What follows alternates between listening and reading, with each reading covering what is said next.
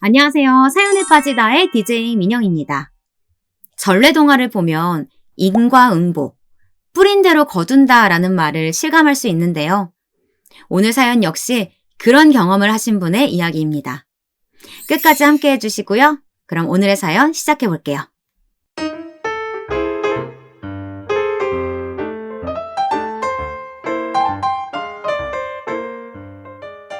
안녕하세요. 저는 결혼해서 아들 하나, 딸 하나 이렇게 키우고 있답니다.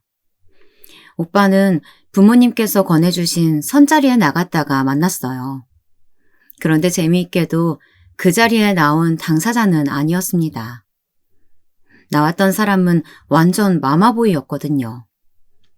그래서 대충 끊어내고 집에 돌아오는 길에 작은 접촉사고를 내게 되었는데 그 상대방이 바로 오빠였어요.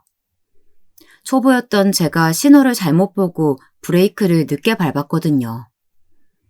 진짜 머릿속이 하얗게 변할 정도였죠.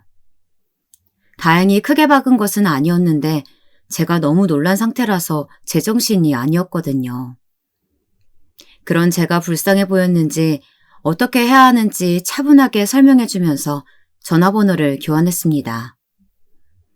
그 뒤로 차 사고가 난 것은 깔끔하게 해결을 받는데 그때는 그걸로 끝이었어요.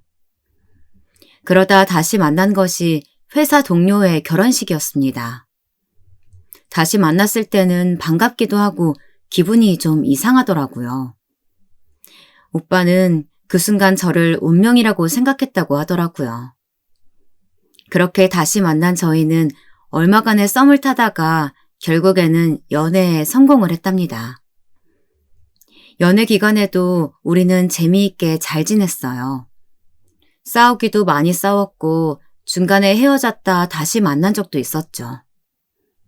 하지만 그런 시간들도 모여서 우리는 결혼한다면 서로가 아닐까 하는 그런 단계까지 왔어요. 그런데 오빠는 항상 가족 이야기가 나올 때마다 많이 망설이더라고요. 연애 중간에 몇 번 마주칠 상황이 있었음에도 불구하고 오빠는 절대 제게 보여주지 않았죠. 그래서 저는 엄청난 비밀이 숨겨진 것은 아닐까 상상하기도 했어요. 혹시 엄청난 재벌집 아들인가? 아니면 그 반대로 찢어지게 가난한 집 아들인가? 아니면 출생에 비밀이 있는 것은 아닌가? 오죽하면 그런 드라마에서나 볼 법한 상황들을 상상했겠어요. 결국에는 이런 궁금증을 직접적으로 오빠에게 물었던 날도 있었답니다. 제 이야기를 들은 오빠는 미친 듯이 웃음을 터뜨렸어요. 그러면서 어떻게 그런 생각을 하느냐고 했죠. 그리고는 제발 드라마 좀 적게 보라고 하면서 한동안 저를 놀려먹기도 했습니다. 오빠는 제게 딱히 비밀이 있는 것은 아니라고 했어요. 사실 내가 아버지랑 사이가 좀 나빠. 좀은 좀 넘는다. 오빠는 한참을 망설이다가 굳은 얼굴로 어렵게 입을 열었어요. 편견을 심어주고 싶지는 않은데 우리 아버지가 무력이 좀 심해. 그리고 사람을 돈으로 평가하는 경향도 있으시고 나는 네가 그런 점에 상처받는 순간이 올 것 같아서 마음에 걸려.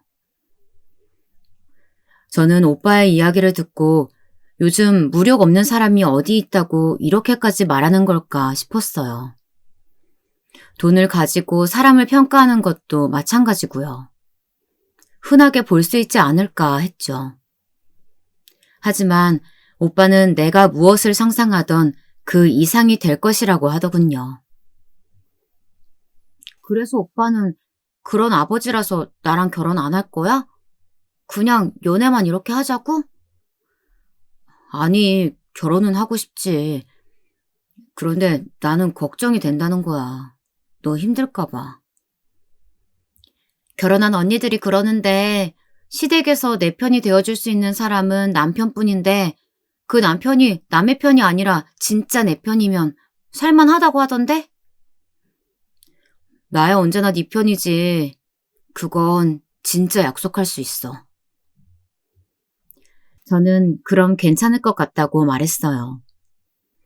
오빠는 시아버님이 어떤 이야기를 하더라도 참을 필요 없다고 하면서 자기가 뒤에 있어주겠다고 든든하게 말했죠.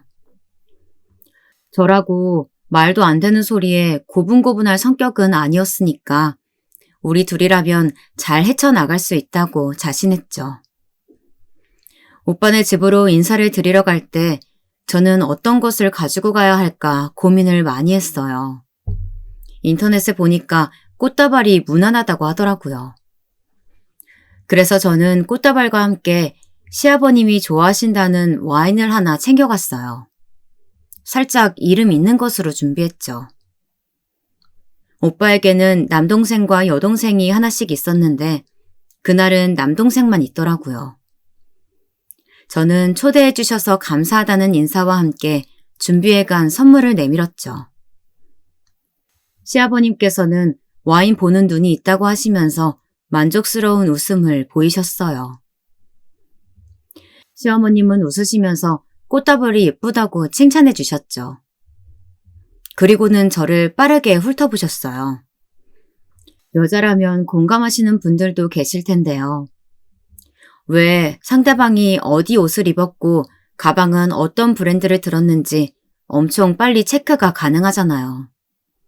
딱 그런 느낌이었죠. 저는 좀 더 옷을 신경 썼어야 하나 고민이 잠시 들었어요. 저는 되도록 튀지 않는 선에서 무난하다고 보일 정도로 챙겨 입고 나왔었거든요. 브랜드는 둘째치고 말이죠. 시어머님은 관찰이 끝나셨는지 모한 표정을 지으시며 자리를 권해주셨어요. 식탁에 자리를 잡고 앉았는데 엄청 긴장이 되더라고요. 오빠는 제가 좋아할 만한 음식들을 제 앞에 놔주면서 긴장을 좀 풀라고 하더라고요. 그런데 어디 그게 마음대로 되나요? 젓가락질을 참 예쁘게 하는구나. 갑자기 시어머님께서 제 손을 보고는 웃으며 말씀하셨어요. 저는 형제로 오빠와 언니가 하나씩 있는데 저희 중에서는 유일하게 저만 젓가락질을 제대로 배웠어요. 엄마 말로는 다른 사람은 죽어라 고집을 부리면서 버티던데 저만 시키는 대로 잘 따라와서 그렇게 되었다고 했죠.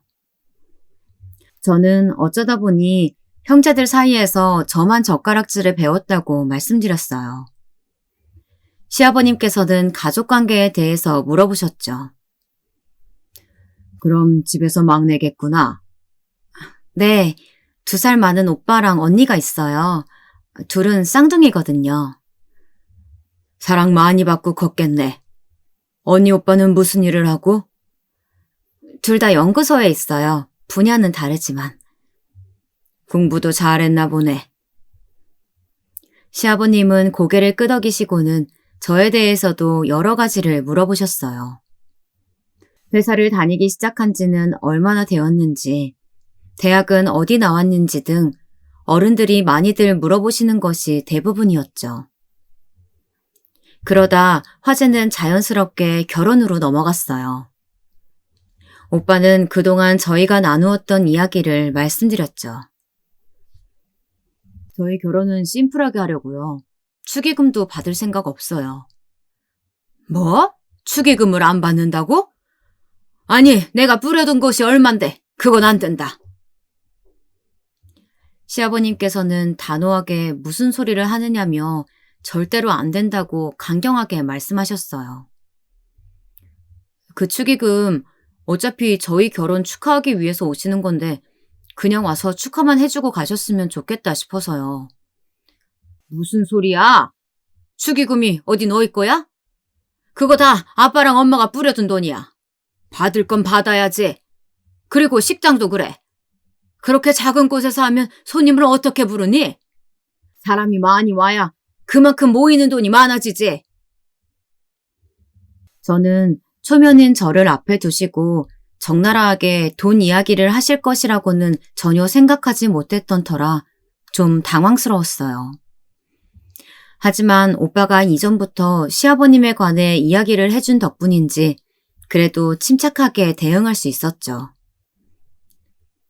시아버님, 식장이 커지면 당연히 들어가는 돈도 많아지고요. 너무 많은 손님들 모시면 저희도 나중에 인사드려야 할 것도 많아지잖아요. 그리고 오시는 손님들 대접하는 것도 부담되고요. 그래서 오빠와 의논해서 심플하게 하자고 했어요. 뭐, 틀린 말은 아니다만, 그래도 축의금이 돈이 얼만데. 시아버님은 차분하게 설명하는 제 말씀에 잠깐 한 발 물러서는 듯 보였어요. 하지만 무조건 축의금은 받아야 한다고 하셨죠. 오빠는 그렇다면 축의금을 받아서 어린이 단체에 기부하겠다고 하더라고요. 시아버님은 펄쩍 뛰셨죠. 도대체 너는 무슨 생각을 하면서 사는 거야? 먹고 살기 바빠 죽겠는데 기부? 기부하면 누가 알아주니? 정말 너는 어릴 때부터 자기 살궁리는 안 하고 그런 오지랖만 부리니? 하여튼 축의금은 내가 알아서 할 테니까 너희는 가만히 있어. 저희 결혼이에요. 아버지께 손 벌리는 일 절대 없을 테니까 어머니도 저희 결혼식에 왈가왈부하실 생각 하지 마세요. 오빠의 강한 한방에 순식간에 식탁은 얼음장처럼 얼어붙었어요. 가만히 듣고 계시던 시어머님께서는 좋은 날에 굳이 언성 높일 필요가 있겠냐고 하시면서 중간에서 어떻게든 분위기를 수습하려고 하셨죠. 시아버님께서는 불만 섞인 표정을 하셨지만 나중에 따로 이야기를 하자고 하셨습니다. 그 이후부터 저는 밥이 코로 들어가는지 입으로 들어가는지 알 수가 없겠더라고요. 식사가 끝나고 시어머님을 따라 주방으로 들어가면서 도와드리겠다고 말씀드렸어요. 시어머님께서는 손님으로 왔는데 뭐하러 여기에 들어오냐고 하셨지만 제가 계속 돕고 싶다고 하니 그럼 마른 행주로 그릇만 닦아달라고 하셨죠. 아까 아버지가 하신 말 너무 마음에 담지 마라. 네? 아, 축의금 이야기요? 준이한테 들었겠지만 원래 그런 분이셔. 적당히 둘이서 잘 얘기해서 해결 봐라. 저는 큰 소리 나지 않도록 중간에서 잘 해보겠다고 말씀드렸어요. 시어머님께서는 웃으시면서 잘 해보자고 하시더라고요. 주방은 이렇게 편안한 분위기가 흘러가고 있었지만 거실은 아니었죠. 여전히 오빠와 시어머님은 의견 차이를 좁히지 못하고 대립 중이었어요. 솔직히 어디 하나가 포기하지 않는 한 의견이 좁혀질 리 없는 문제였죠. 결국 결론은 짓지 못한 상태로 저는 그 살벌한 곳을 나왔답니다. 결혼 준비에 들어가자 시아버님은 세세한 것까지 엄청 신경을 쓰셨어요. 좋게 말하면 말이죠.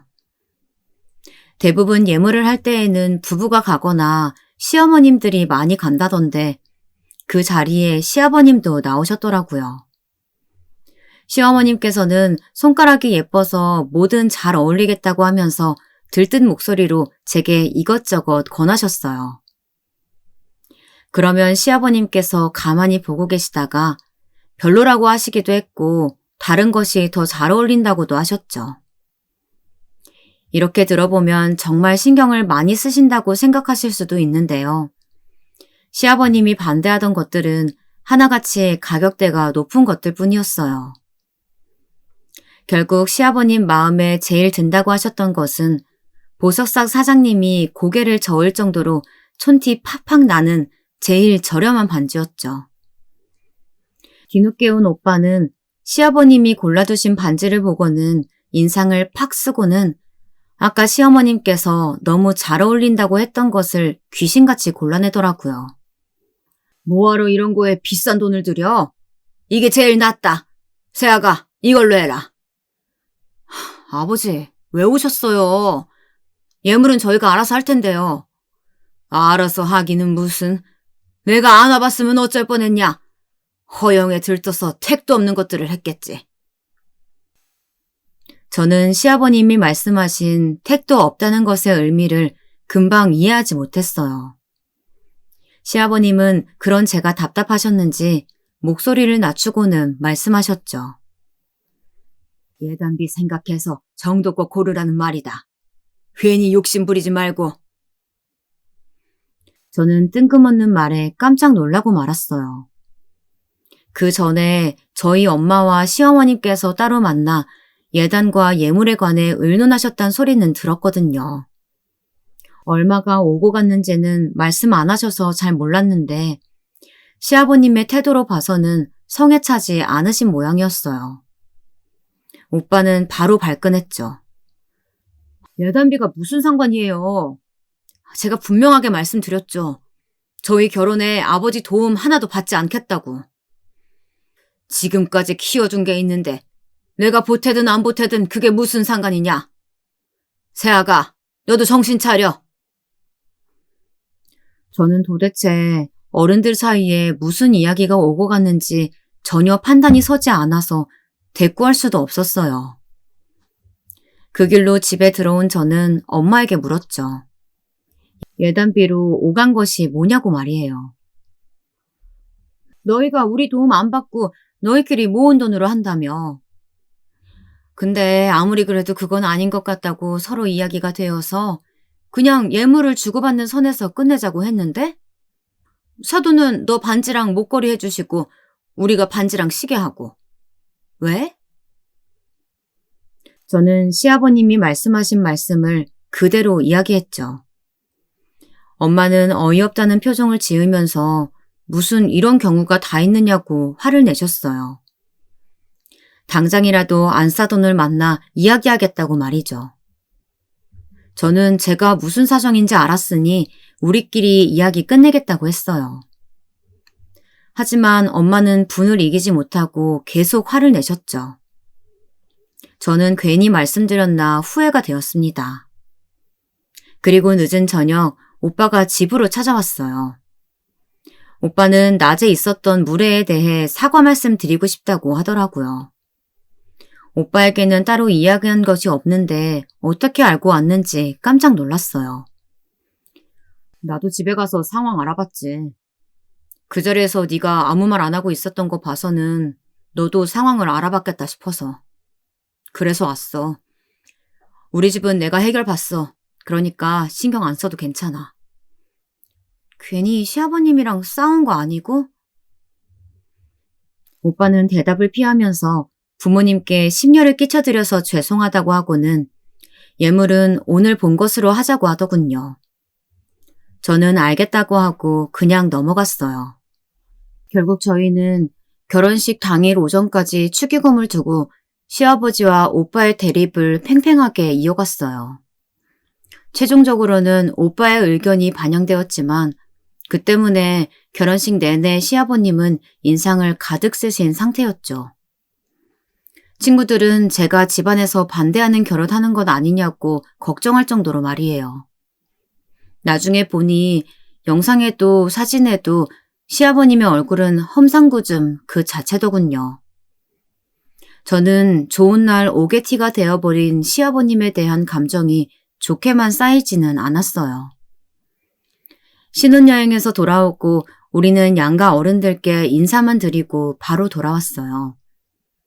원래는 하룻밤씩 자고 올 작정이었는데 시댁에서 도저히 두 다리 뻗고 잠들 수가 없겠더라고요. 오빠도 싫어하는 눈치고요. 시댁에서는 그냥 오는데 친정 가서 하루 자고 오는 것도 괜히 꼬투리 잡힐 것 같아서 그냥 인사만 드렸죠. 저희는 오빠 회사에서 제공하는 사택에서 신혼살림을 시작했어요. 그 덕분에 어른들 도움 받지 않겠다고 말할 수 있었던 거죠. 저희는 아이를 셋은 낳고 싶어서 초반에 돈을 좀 많이 모아두자고 서로 이야기가 되었답니다. 그래서 저도 오빠도 정말이지 정신없는 날들을 보냈어요. 그러다 보니 계절도 바뀌고 해가 바뀌었죠. 결혼하고 처음으로 시아버님의 생신을 맞이했어요. 저는 선물을 어떤 걸로 해야 할지 고민이 되었죠. 오빠는 그냥 식사 대접하고 용돈으로 드리자고 했어요. 저는 처음이라 선물을 하는 것을 이야기했지만 오빠는 좋은 소리 못 듣는다고 하면서 그냥 돈으로 넘어가자고 했죠. 어차피 마음에 드는 것을 사지 않는 이상 브랜드 탓하고 디자인 어떻고 하면서 고맙단 소리 절대 하지 않을 사람이라고 단호하게 말하면서요. 저는 알겠다고 하고는 식당을 예약하고 생신 선물로 50만 원을 예쁜 봉투에 넣었어요. 식당은 시아버님이 좋아하시는 일식 전문점으로 했어요. 가게는 마음에 드셨는지 싱글벙글 웃으시더라고요. 다행스럽게도 음식이 입에 맞으셨는지 맛있게 드셨죠. 정말 오래간만에 느껴보는 평화 같았습니다. 매번 이렇게 모이면 오빠와 시아버님의 말다툼으로 살벌했거든요. 도련님과 아가씨도 오빠와 시아버님을 곁눈질하며 안심한 기색이 역력했어요. 식사가 끝날 때쯤 오빠는 짧게 생신 축하드린다는 말과 함께 용돈 봉투를 드렸어요. 시아버님은 그 자리에서 바로 확인을 하시더라고요. 그리고는 돈을 꺼내어 세기 시작하셨어요. 시어머님이 집에 가서 보자고 하셨지만 들은 척도 하지 않으셨죠. 50? 지금 생일 선물이라고 하면서 주는 게 겨우 50이냐? 시아버님 한마디에 방금까지 좋았던 분위기가 한순간에 얼어붙었습니다. 왜요? 적으십니까? 50이? 아니, 세아가. 너는 결혼해서 처음으로 맞는 시애비 생일에 고작 50 넣고 입 닦을 생각인 거냐? 아버님, 50이 고작은 아니잖아요. 그 돈이면 아버님 용돈 쓰시기에 충분하실 것 같은데 작으세요? 작으세요? 50을 누구 코에 붙이라고 줘? 이거 가지고 뭘 사라고? 에휴, 생각하는 게 딱 거기지. 아버님, 필요한 게 뭔지 모르지만 어지간한 것은 살 수 있을 것 같은데 혹시 아버님 원하시는 거 따로 있으세요? 아버님은 봉투를 대충 지갑에 넣으시더니 저를 보며 말씀하셨어요. 내 친구 며느리는 결혼한다고 시아버지 차를 한 대 뽑아줬더만. 내가 그런 것까지 바란 건 아니지만 참 실망이다. 하긴 보고 배운 게 그 선이면 어쩔 수 없다만. 저는 머리털이 쭈뼛 서는 기분이 들었어요. 지금 제대로 들은 것이 맞는가 의문이 들 정도였죠. 보고 배운 게 그 선이라뇨, 아버님? 방금 무슨 의도로 하신 말씀이세요? 오빠보다 제가 더 울컥해서 한 소리 하자 시아버님은 의외라는 표정으로 저를 바라보셨어요. 무슨 의도긴? 돈도 쓰는 것도 보고 배우는 법이다. 뭐 그런 거지? 돈을 제대로 쓰지 못한다고 말씀이실까요? 아니면 돈을 많이 쓰지 못한다는 의미일까요? 저는 어처구니가 없어서 시아버님 생신으로 모였다는 것을 잊어버리고 물었어요. 시어머님은 그런 제 모습에 많이 놀란 얼굴이셨죠. 도련님과 아가씨는 오빠에게 눈짓을 보내며 마치 저를 말리라고 하는 것 같았습니다. 하지만 오빠는 가만히 제가 하는 것을 보고만 있었죠. 놀란 것은 시아버님도 마찬가지인 듯 했어요. 방금 뭐라고 한 거냐? 지금 시아버지한테 뭐가 어째? 돈 쓰는 방법이 문제인지 아니면 그 금액이 문제인지 정확하게 제가 이해를 못해서요. 물어 뭐해? 금액이지. 고작 50이라고 하시잖아. 오빠가 제 편을 들면서 비꼬듯 말하자 당황하시던 시아버지의 얼굴이 시뻘겋게 변하셨어요. 그리고는 바로 자리를 박차고 일어나셨죠. 아주 잘하는 짓이다. 오늘 누구 때문에 모인 자리인지도 모르고 아주 잘한다, 잘해. 준이 아버지, 소리 좀 죽이고 열 좀 가라앉히세요. 세아가도 너도 시아비한테 못하는 말이 없어. 시어머님께서 부드럽게 저를 꾸짖고는 시아버님 팔을 붙들었지만 시아버님은 그것마저도 세게 뿌리치셨어요. 평소에 애들 교육을 어떻게 시키는 거야? 사람이 새로 들어왔으면 제대로 가르쳐야지. 당신 뭐 하는 작자야? 다 큰 애들을 가르치기는 무슨. 괜히 소리 지르지 마시고 좀 가라앉히세요. 됐어! 일 없어! 불똥은 괜히 시어머님께 튀었어요. 시어머님은 담담하게 받아치시고는 어떻게든 시아버님을 말려보려고 했지만 화가 나신 시아버님은 그대로 룸을 나가버리셨죠. 시어머님은 시간이 지나면 괜찮아진다고 하시면서 먼저 가보겠다고 하시며 일어나셨습니다. 와, 우리 형수님 다시 봤네. 거기서 그걸 물어보시다니. 그러니까 맨날 오빠가 대드는 모습만 보다가 오늘은 새롭다. 세훈이도 만만치 않은데? 죄송해요. 분위기 제가 망쳤죠. 어차피 다 먹었어. 이놈들도 그냥 하는 말이야. 신경 쓰지 말고 일어나자. 그렇게 시아버님 생신은 간큰 며느리라는 인상만을 남겨드리고 흐지부지 되었습니다. 그 뒤로 한동안은 시댁에 가더라도 시아버님은 제게 눈길 한번 주지 않으시더라고요. 아예 없는 사람 취급을 하셨죠. 아가씨는 아직 화가 안 풀려서 그런 거니 그냥 모른 척하고 있으라고 하더라고요. 저도 사과할 일은 아무것도 하지 않았다는 생각이 들어서 가만히 있었습니다. 그리고 정말 시간이 해결해 주듯이 몇 주가 지나고 나니 없었던 일이 되었죠. 시아버님의 돈으로 사람을 저울질하는 것은 동서가 들어오면서 더 심해졌어요. 그때는 제가 우리 은찬이를 가진 지 6개월 정도 되었던 시점인데요. 도련님께서 결혼할 사람이라고 하면서 동서를 데리고 왔더라고요. 회사 이사님의 딸이라고 하는데 한눈에 봐도 곱게 자란 아가씨라는 인상이 들 정도로 얌전하고 차분했죠. 시아버님은 아주 입이 귀에 걸릴 정도로 반가워하시는 것이 보일 정도였어요. 처음 인사드리러 오는 날부터 이름만 들으면 다 아는 고급 와인을 준비해온 것은 물론이고 제가 임신했다는 이야기를 들었다고 하면서 앙증맞은 아기 신발을 가져왔더라고요. 신발 선물하면 튼튼하게 태어난다고 들어서요. 아니, 우리까지 신경 써줘서 고마워요. 말 편하게 해주세요. 제가 아랫사람인데요. 제가 부족한 부분이 많아요. 잘 부탁드려요. 됐다. 맏며느리가 아랫사람 챙기는 거 당연한데 그걸 부탁할 게 뭐 있어. 둘째 너는 그런 생각은 하지 말고 내 집이다 생각하고 편하게 있어. 편하게. 저 때와는 상반된 반응에 마음이 살짝 상하기는 했지만 그래도 우리 은찬이 선물도 받았는데 기분 좋게 생각하려고 했죠. 도련님의 결혼식은 시아버님이 우리에게 바라셨던 것처럼 큰 호텔에서 화려하게 진행되었어요. 하객들도 한두 명이 아니었죠. 물론 대부분이 동선의 손님이셨지만 축의금도 두둑하게 들어온 것이 시아버님 얼굴은 시종일관 싱글벙글 진짜 웃음이 떠나지를 않더라고요.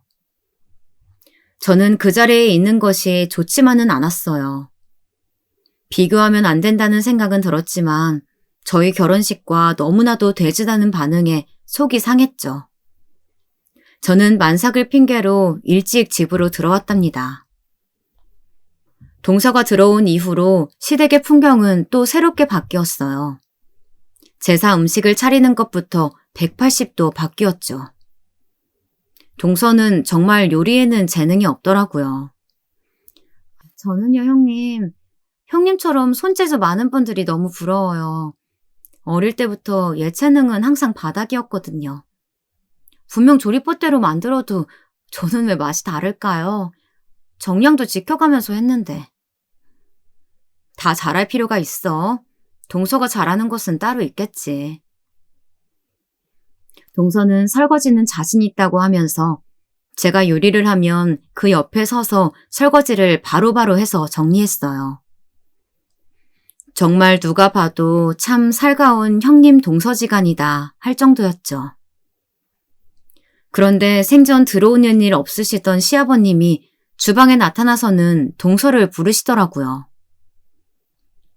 회사 일하느라 피곤한데 왜 여기 있어? 거실에 앉아서 좀 쉬어라. 홀몸도 아니잖니. 아니에요. 너무 안 움직여도 좋지 않다고 해서요. 그리고 형님 혼자서는 바쁘시잖아요. 어머님도 정신 없으시고요. 그네나 너희 시어머니나 늘 하던 사람들인데 너 하나 없어도 전혀 문제 없다. 어서 앉으렴. 안사돈께서 하시면 얼마나 속상하시겠어. 동서는 곤란한 얼굴을 하며 사양했지만 시아버님은 끈질기게 말씀하셨어요. 그래, 바깥사돈 하시는 일은 잘 되고? 뭐 여전하시죠. 저는 사돈어른 이야기를 묻는 시아버님을 보며 비집고 나오려는 웃음을 억지로 말렸어요. 그러면 그렇지. 시아버님이 괜히 동서를 예뻐하는 것이 아니었죠. 곧 배고프다고 칭얼거리는 은찬이를 데리고 오빠가 들어왔어요. 오빠는 제게 은찬이를 안겨주며 들어가서 맘마부터 먹이라고 하더라고요. 울어도 어떻게 지금 울어? 이래가지고 제사 준비는 마무리 되겠어? 시아버님은 혀를 차면서 애 밥을 미리미리 주지 않는다고 짜증을 내셨죠. 아버님, 아직 돌도 안 된 아기예요. 아버님은 손주한테 그런 말씀을 어떻게 하세요? 저는 아이를 받아들면서 한 소리 했습니다. 저한테 무슨 말을 하시든 한 귀로 듣고 흘릴 수 있지만 우리 아이한테는 못 참겠더라고요. 오빠는 자기가 알아서 하겠다고 우선은 은찬이부터 챙기라고 하더군요. 봐라 봐. 맏며느리라는 것이 시아버지 공경할 줄도 모르고 동서 앞에서 잘하는 짓이다. 동서 보는 앞에서 부끄럽지도 않어? 어? 그리고 내가 틀린 말 했어? 제사 준비를 시작한 지가 언젠데 아직까지 하고 있어? 그렇게 제사 걱정되시면 아버지도 좀 거두세요. 찬이는 찬이 챙겨줘. 재수씨 컨디션 괜찮으면 어머니 좀 도와주시겠어요? 동서는 잽싸게 저를 따라 주방을 빠져나왔어요.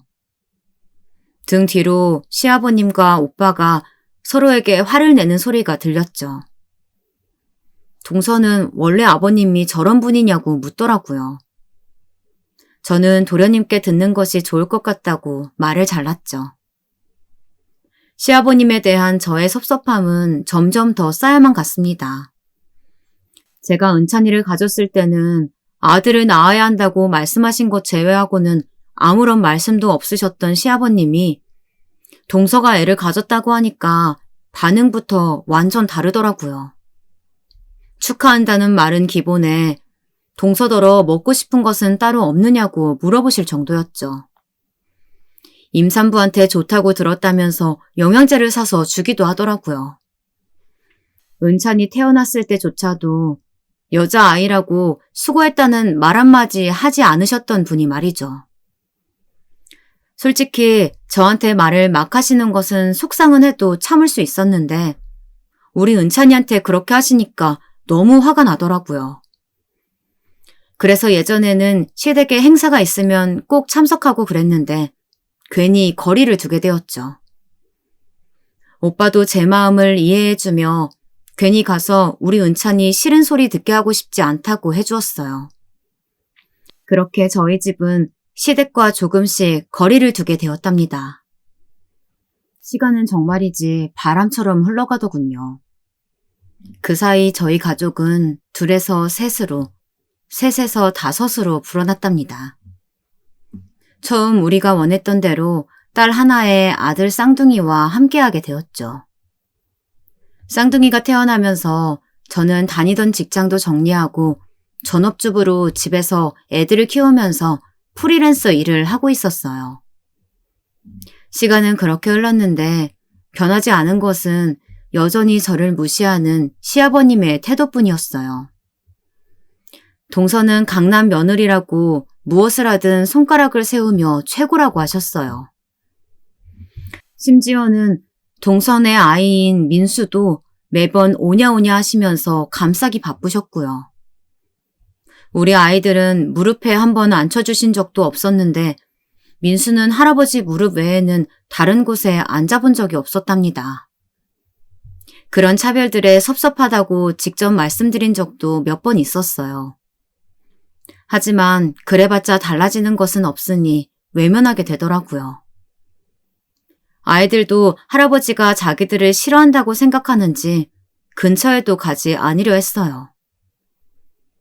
그러던 어느 날 제사 때문에 낮부터 시댁에서 바쁘게 준비를 하고 있었어요.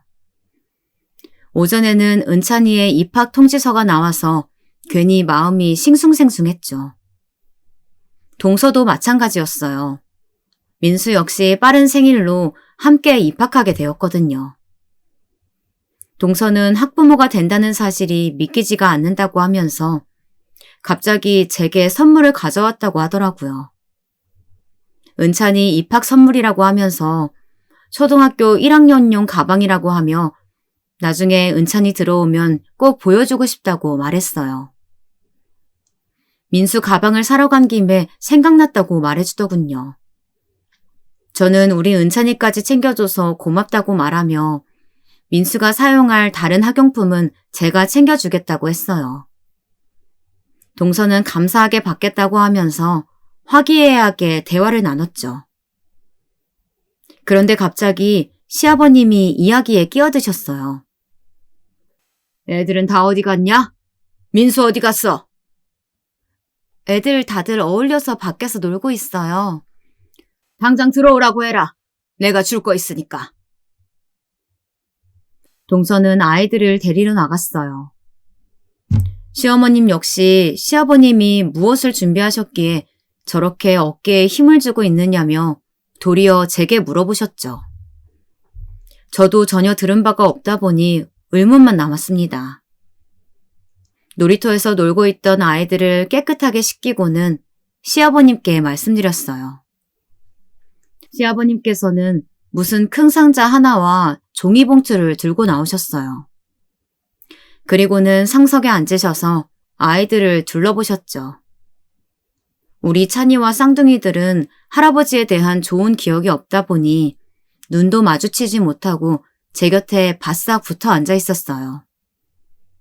그 모습이 마음에 안 드시는지 아버님은 혀를 짧게 차시고는 민수를 부르셨죠. 우리 민수, 이제 초등학교 가는구나. 이 할애비가 민수 입학 선물로 뭘 가져왔는지 보렴.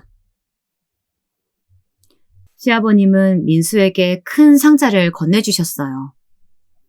민수는 깜짝 놀라는 소리와 함께 상자를 이리저리 둘러보았죠. 찬이와 쌍둥이들도 궁금한 것은 마찬가지였는지 시선이 상자에 집중되었어요. 동서는 뭐가 이렇게 무겁냐고 말하며 조심스럽게 뜯었죠. 포장지를 길게 뜯는 사이로 검은색 무언가가 보이더라고요. 민수는 환호성을 지르면서 거칠게 포장지를 뜯었습니다. 그리고 모습을 드러낸 것은 근래에 새로 나온 삼성 노트북이었습니다. 저도 물론이었지만 동서 역시 놀란 얼굴로 시아버님을 바라보았죠. 초등학생한테 입학 선물로 노트북을 준다는 것이 말이 안 되는 이야기였으니까요. 우리 민수는 공부 열심히 해서 훌륭한 판사 검사 돼야 한다. 알았지? 민수는 이미 노트북에 마음을 빼앗겨 아무 소리도 들리지 않은 것 같았어요. 찬이가 그런 모습을 부럽게 바라보고 있었죠. 동서는 제 눈치를 보더니 시아버님께 찬이도 학교에 입학한다고 말했어요. 방금까지 얼굴 가득 미소를 지으시던 시아버님은 찬이와 저를 보시더니 혀를 차시며 종이봉투를 주셨어요. 학교 가서 사고 치지 말고 얌전히 착실하게 다녀. 시아버님께서 주셨던 종이 가방에는 노트가 10권 들어있었어요. 그것도 고등학생들이나 쓸 노트들이 말이죠.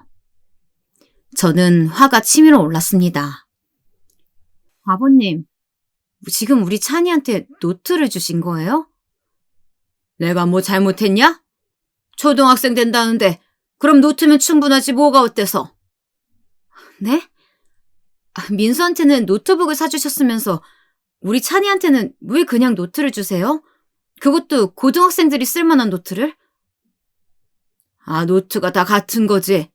고등학생, 초등학생 다를 게 뭐야. 그리고 학생한테 필요한 걸로 샀는데 어디서 버릇없이 소리를 키워 소리를. 찬이는 버럭하는 제 모습에 놀란 얼굴로 동생들을 꼭 껴안고 있었어요.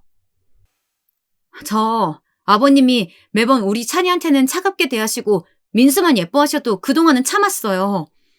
아버님이랑 그이 사이 나쁜데 거기다 우리 찬이 문제까지 더하고 싶지는 않아서요. 그런데 어떻게 오늘 같은 날에도 그러세요? 민수한테는 몇백만 원짜리 노트북 사주시고 우리 찬이한테는 노트요?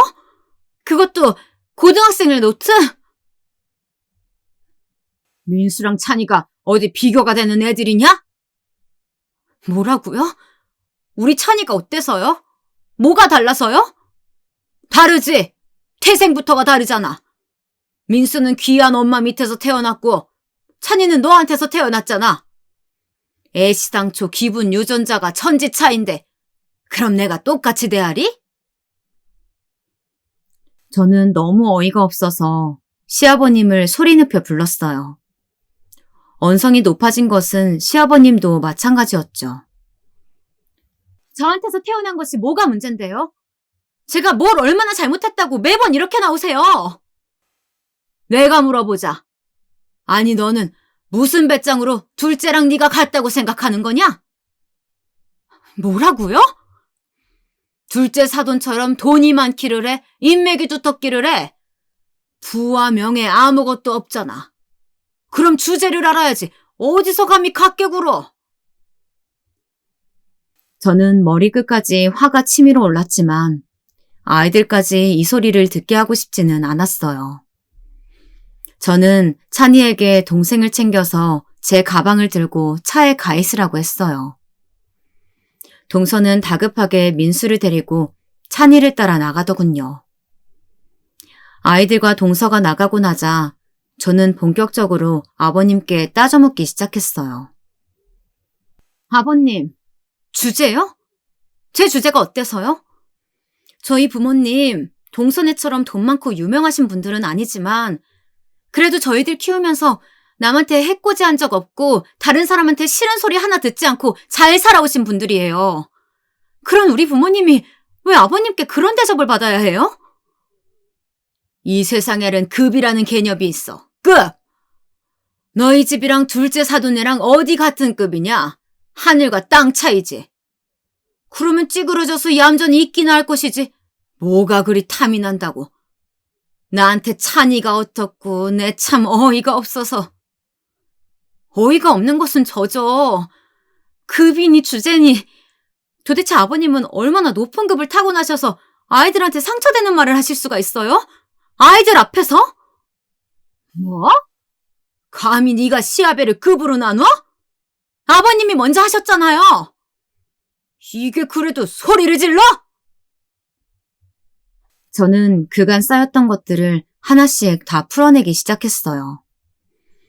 결혼 초에 축의금 문제로 그이랑 아버님 틀어졌을 때부터 시작해서 지금까지 매번 아버님은 제게 정신 차리고 똑바로 보라고 말씀하셨죠. 매번 저를 무시하는 말씀을 아무렇지 않게 하셨고요. 그동안 제가 얼마나 서러웠는지 아버님 아세요?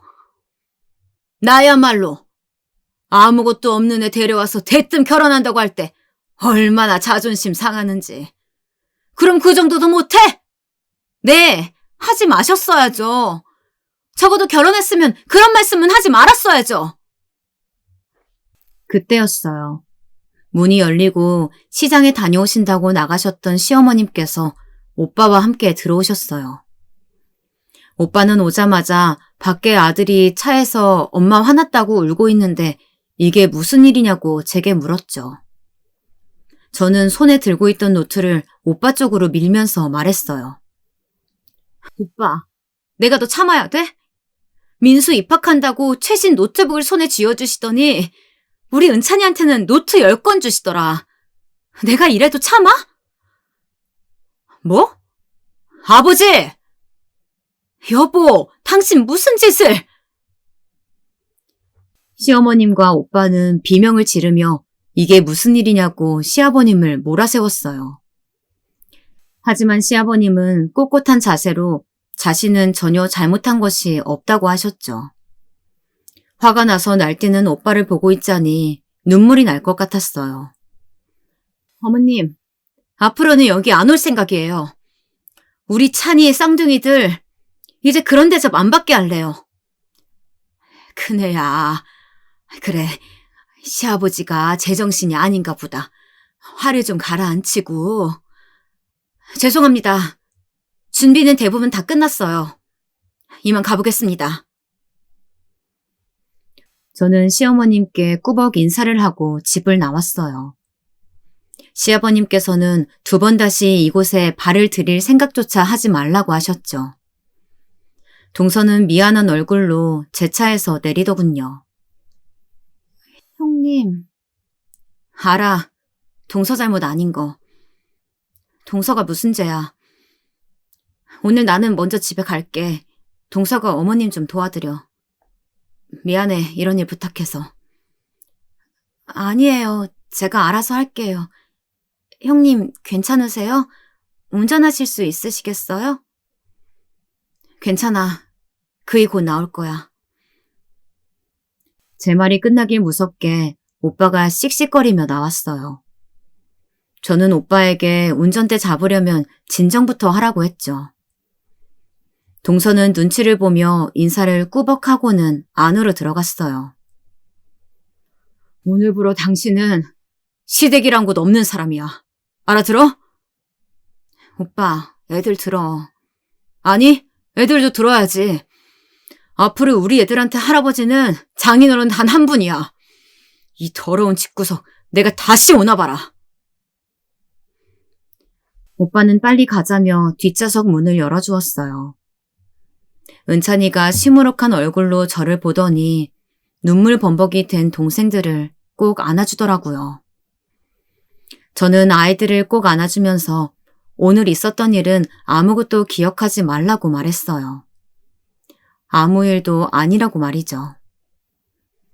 그리고 집으로 오는 길에 저는 은찬이 또래들이 쓰기 쉬운 스마트 탭을 입학 선물로 사주었습니다. 아이가 엄청 좋아하는 모습을 보니 시아버님에 대한 분노가 더 치밀어 올랐죠. 그 일이 있고 난 이후 저희는 정말 시댁의 발길을 뚝 끊었습니다. 종종 시어머님께서 애들 보고 싶다고 오시는 것을 제외하고는 말이죠. 동서나 아가씨도 전화로만 안부를 주고받게 되었어요. 아이들은 할아버지 댁에 가지 않아도 된다는 것을 엄청 좋아하더라고요. 그러던 어느 날 저희 부모님이 시골에서 올라오셨어요. 저를 마지막으로 다 정리하고 시골에서 여유로운 생활을 하고 계셨는데 이렇게 연락도 없이 오실 것이라고는 전혀 생각하지도 못했죠. 아이들은 할아버지와 할머니를 반갑게 맞이했어요. 무슨 일이에요, 갑자기? 아, 이전에 정리 못한 것들이 있어서 그거 해결하러. 정리 못한 게 뭐 있어요? 집이랑 가게 다 팔았잖아요. 네가 아는 것보다 모르는 게 더 많단다. 아버지는 장난스러운 표정을 지으시며 말씀하셨어요. 사실은 당시 땅을 생각하지 못하고 그냥 뒀는데 그게 이번에 땅값이 어마무지하게 올랐다고 하시면서 그걸 정리하러 왔다고 하시더라고요. 저는 우리 집에 땅이 있었는지 처음 알았거든요. 들어보니 꽤 평수가 크더라고요. 저는 올라봤자 얼마 올랐을까 했는데 세상에 무려 50배가 뛰었다더라고요. 정말 어마어마한 금액이었죠. 그래서 말인데 너 애들 유치원 가고 할 일 없으면 아빠 대신 건물주 노릇이나 좀 해라. 건물주요? 땅 이야기 하시다가 무슨 건물주요? 땅은 필요하다고 팔아달라고 하는 사람이 우리 있는 곳까지 왔기에 정리했고 일부는 집 근처에 땅을 좀 사서 소일거리 삼아 작물을 좀 키워보려고.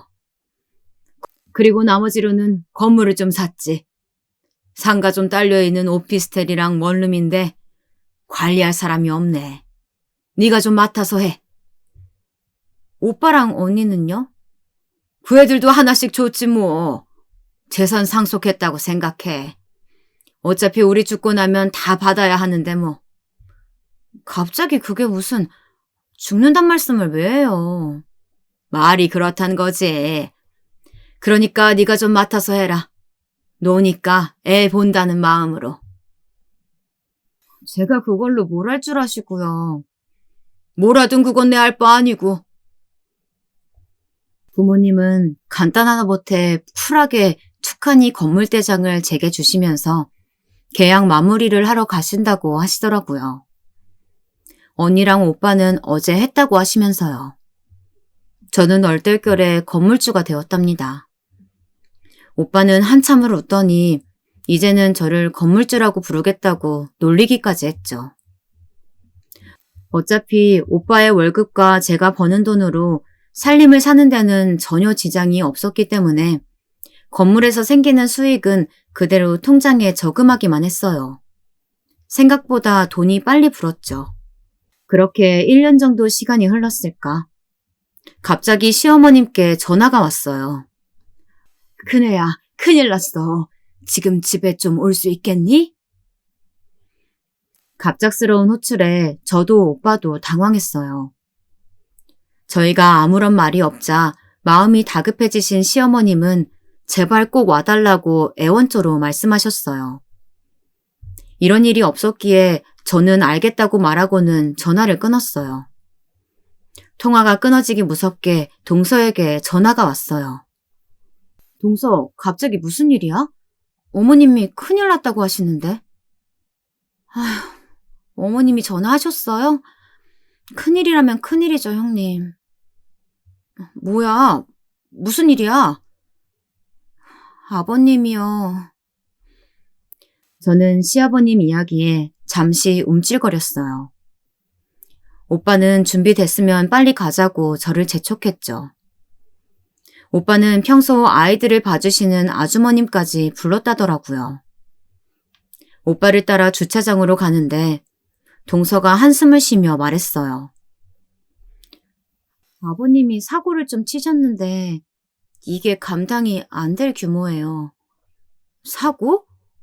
그게 무슨 말이야? 감당이 안 된다는 말은 뭐고? 아버님이 친구랑 같이 주식을 하셨나 본데 하필 그게 사기였나 보더라고요. 뭐? 사기? 오빠는 저와 동서가 무슨 이야기를 하는지 궁금한 얼굴로 저를 바라보았어요. 저는 동서에게 스피커폰으로 돌리겠다고 말을 하고는 자세한 내용을 물었어요. 동서에게 들은 말을 정리하면 아버님은 친구와 동업하셔서 무슨 주식 투자 회사를 만드셨다고 하더라고요. 그 친구가 주식의 정보가 밝은데 그 친구 말씀으로 주식을 소액으로 샀다가 돈을 좀 벌기도 했다고 하고요. 그래서 크게 하나 하자는 말에 의심 없이 가진 재산과 집을 담보로 해서 대출까지 받아서 주식을 샀다고 해요. 그런데 그게 사기였던 것이었죠. 친구라는 사람은 모든 돈을 들고 날랐다는데 문제는 그게 아니었어요.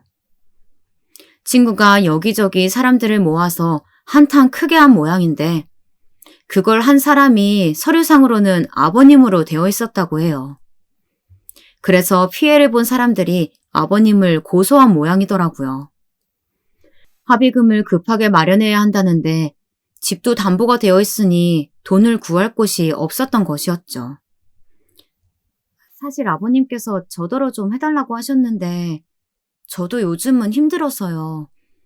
저희 아버지 은퇴하시고 대부분의 재산은 다 기부하셔서 제게 큰돈을 만들라고 해도 만들 방법이 없어요. 오빠는 가던 차를 갓길에 세우고 한참을 가만히 있었어요. 저는 알려줘서 고맙다고 말하며 전화를 끊었죠.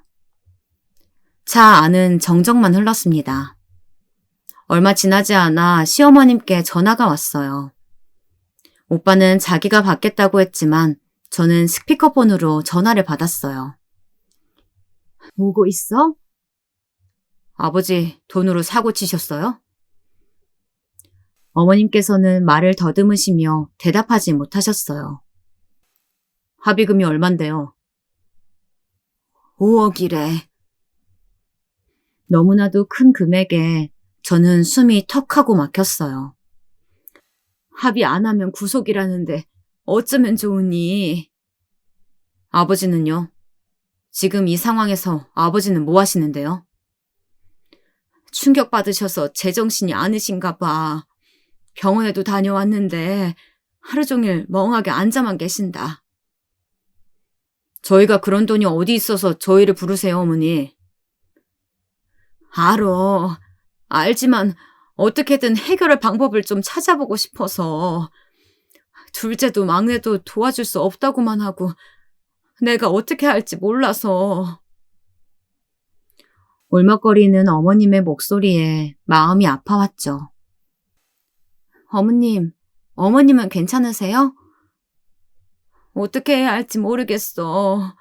우선 집은 내놨는데 이걸로는 담보대출 받은 것도 해결하고 나면 남은 돈이 얼마 없어. 무슨 수로 5억을 만드니? 언제까지라고 하던가요? 다음 주 월요일까지 돈 만들어 오지 않으면 고소 진행한다는데.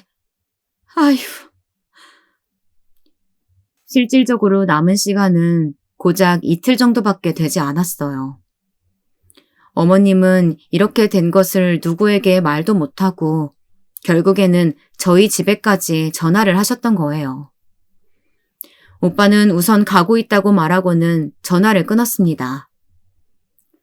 오빠는 좀처럼 차를 출발시키지 못하고 계속 고민을 했어요. 도와드리고 싶지 않아. 그런데 그렇다고 아버지 교도소 가는 모습은 또 보기 싫어. 이해해, 오빠. 당연하지.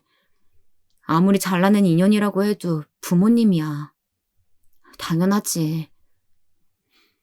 그런데 그동안 당신한테 그리고 은찬이한테 하신 것 보면 구속을 당하시든 재판을 받으시든 무슨 상관이겠는가 싶다가도 그게 생각처럼 쉽지가 않네. 미안해. 진짜 미안하다.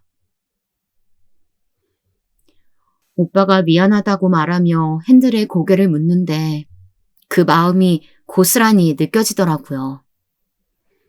저는 오빠를 설득해서 우선은 시댁으로 가자고 했어요. 그렇게 뛰쳐나가고 한 번도 오지 않았던 시댁은 기억과는 다르게 을씨년스럽게 변해 있었어요.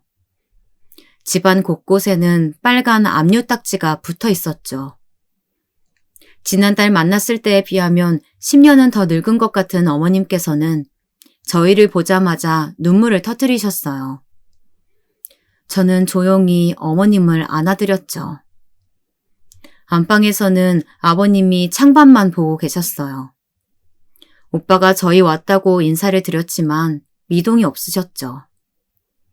어머님 말로는 동업자가 도망을 간 이후부터 정신을 놓으신 것인지 저렇게 앉아만 계시다고 하셨어요.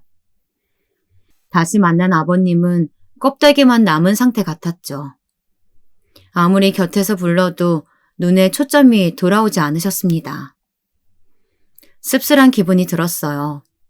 그렇게 원망했던 시아버님이지만 이런 모습을 기대한 것은 아니었거든요. 오빠와 저는 안방을 나와 거실에 앉았어요.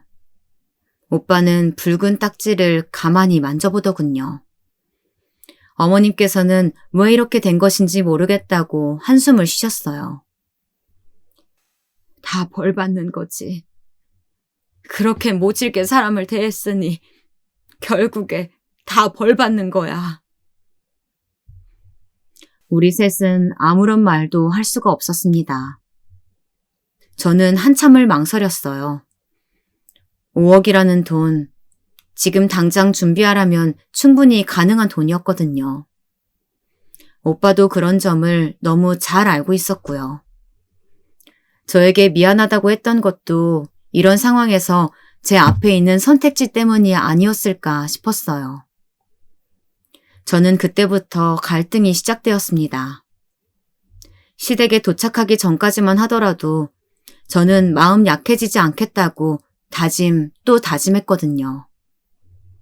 그런데 아무것도 남아있지 않은 시아버님의 모습과 급격하게 늙어버리신 시어머니 모습을 보니 그냥은 못 돌아서겠더라고요. 어머님, 제가 해결해요, 5억. 그러니까 걱정 마시고 이대로 저희 집으로 가세요. 아버님은 가까운 요양원에 우선 모셨다가 병원을 찾아보고요. 산이 엄마, 그거 아니야. 당신이 왜? 내가 이 집 맏며느리인데 우리 어머님 혼자 둘까봐? 큰애야, 네가 무슨 돈이 있어서. 아니다. 대출받고 그렇게 해서 해결될 문제가 아니야. 어머님, 저 돈 많아요. 5억이면 금방 할 수 있어요. 그러니까 제 말대로 해주세요. 어머님은 오빠와 제 눈치를 보면서 계속 망설이셨어요. 저희에게 전화를 걸기는 했지만 도와줄 수 있을 것이라고는 전혀 생각하지 않았다고 하시더라고요.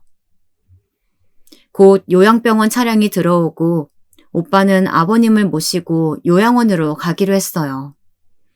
저는 어머님 짐을 챙겨서 저희 집으로 모시고 갔고요. 가는 차 안에서 저는 친정아버지께서 돈과 관련해서 할 얘기가 있을 때 연락하라고 했던 변호사님께 전화를 걸어 사정을 설명했어요. 변호사님은 별일 아니라고 하면서 바로 해결해 보겠다고 했죠. 변호사님 말씀처럼 합의금을 마련하고 나니 그 뒤로는 일사천리로 일이 진행되었어요. 담보였던 집은 팔아서 대출금을 갚고 부족한 부분 역시 해결을 했죠. 아버님은 정신이 오락가락하신 상태라 요양병원에 입원을 하셨어요. 시어머님께서는 처음에는 극구 사양하시다가 결국에는 저희와 함께 지내게 되었죠. 병원에서는 시아버님의 충격이 생각보다 컸던 것 같다고 하셨어요. 그래서 좋아지고는 있지만 눈에 띄게 달라지기는 힘들 것 같다고 하셨죠. 저희는 치료도 겸해서 근교의 요양병원으로 시아버님을 옮겼습니다.